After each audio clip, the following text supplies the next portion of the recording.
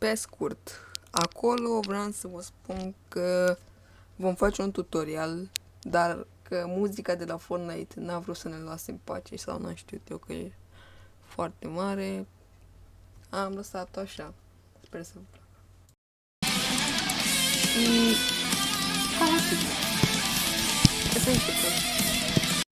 No, ați văzut și voi cât de tare era muzica. Tutorialul va fi despre Peace Control, apropo.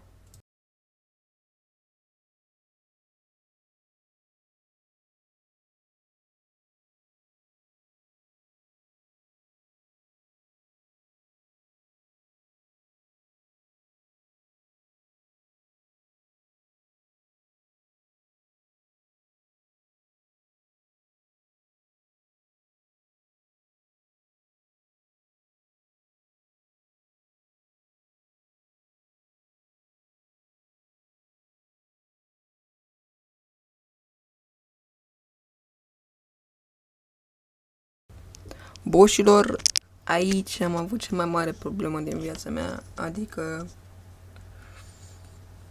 tot ce am filmat a stat pe loc.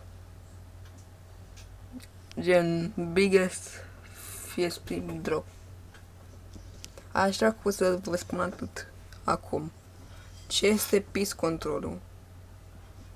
Și o să vă las câteva mape în descriere. Scuzați, n-am putut. Că tot era FPS drop direct. Și o să vă spun că s-ar putea să urmeze un highlight cu ce am făcut eu toată ziua, toată săptămâna asta, de fapt, și ce mai bune momente ale mele. Dar nici era s-ar putea să nu iasă că, na, i5, degeaba ai un tera dacă ești, n-ai un calculator performant. Ok, îmi pare rău de tot că iese un video extrem de mișto. Hai, vă pup, ceau. Și asta mi s-a întâmplat în mintea mea.